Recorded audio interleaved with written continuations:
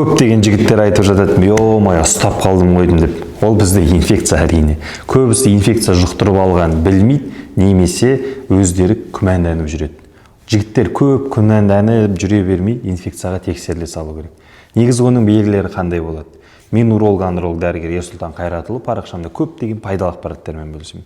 Жіберіп алмау үшін подписаться етуді ұмытпа. Және осы видеоны досыңа жібер, біліп жүрсін. Инфекцияның ең бірінші белгілері ашу, қышу, күйдіру сезімдері болады. Немесе мүлдем ешқандай белгі бермейді. Вот міне. Белгі бермейтін инфекциялардан қорқу керек. Олар мүшенің ішінде жатып, немесе простата безінде орналасып, ең бірінші асықпай көбейіп алады. Одан кейін барып қана белгі бере бастайды. Негізгі инфекциялардың қаупі өте жоғары. Ол ең бірінші бедеулікке алып келеді. Простатиттің пайда болуына алып келеді. Және де мүше әлсіздігін алып келеді. Сонымен қатар уретрит, уретраның қабынуы деген секілді әртүрлі патологиялар келеді. Инфекция көп жағдайда ұрық жүретін жолдарды бітеп тастайды. Соның салдарынан ер адамдар әйелдерін көтерте алмай, әйелін кінәлап жүретіндер өте көп. Ең бірінші бізде қандай инфекция бар жоқтығын қайдан білеміз?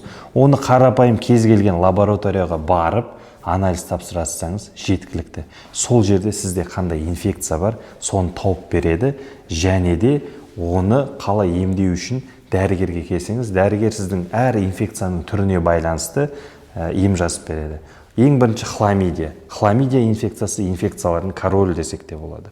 Ол кезде жаңағындай бірден ашу, қышу сезімдері болуы мүмкін, немесе мүлдем ешқандай белгі бермеуі мүмкін. Және де осы хламидия инфекциясының ең бір жаман жағы бар, ол бізде буындарға барып отырады. Және де сол жерде әртүрлі артрит, артроз секілді қабыну ауруларын тудырады. Екінші инфекция гонореяға келсек болады. Гонорея кезінде бізде инфекцияда бір сасық иіс пайда болады. Болмаса мүшеден сразу бөлінді аға бастайды. Жасыл, сары бөлінділер. Кейбір жігіттерде даже белгілері білінбей жүреді, бірақ олар жұқтырушы болып табылады. Ана қызға бір жұқтырады, мына қызға бір жұқтырады, әсерінен және өзі тасымалдаушы болып саналады. Егер де сен үйленген болсаң, өзіңе қандай да бір инфекция бар екенін біліп жүрсең, оны ең бірінші тауып ал кеп анализдан және емдеп таста. Егер үйленген болсаң, әйеліңмен пока қосылмай тұра тұр, себебі ол инфекцияны сен әйеліңе жұқтырып алуы мүмкін. Немесе әйеліңді де бірге алып кеп тексеру керек. Екеуің бірдей емделесіңдер, бірдей таптаза боласыңдар. Одан кейін барып қана қосылу керек. Көп жағдайлар кездесіп жатады. Жігіт бір емделеді, одан кейін барып әйел емделеді. Ол арада екеуі қосылып қояды, сөйтіп бір-біріне жұқтырып жүре береді, футбол етіп, былайша айтқан кезде инфекциялар. Ондай да жағдайлар өте көп. Инфекция бедеулікке алып келетін алғашқы бір белгілерінің бірі осы бедеуліктің инфекция негізгі себептерінің бірі инфекция болып табылады. Көптеген жігіттер ана досым айтты, мына досым айтты деп беспредел антибиотик сала береді. Ал оған ана антибиотикті чувствительность төмендеп кетеді. Былайша айтқан кезде инфекция үйреніп алған ана дәріге. Оған ана дәрі әсер етпейді. Кейін ауыр дәрілер алу керек болады.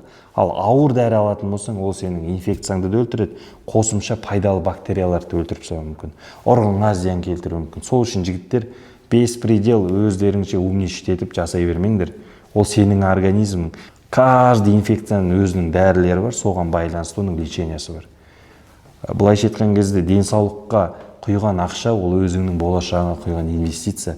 Неғұрлым инфекцияны ерте анықтап, ерте емдеп тастасаң, соғұрлым ол арзанға түседі және де жеңіл емделеді. Ал сен емделмей жүре беретін болсаң, көп жағдайда ол операцияға айналып келеді. Кесуге дейін алып келеді. Ал ондай жағдайда уже әртүрлі неше түрлі рисктер болады. Оның емделуі де көп уақытта талап етеді, ақшасы да көп кетеді. Денсаулық бізге берілген аманат, денсаулығыңды күтіп жүр. Және де осы видео лайк басып, комментарий жазып, подписаться етуді ұмытпа.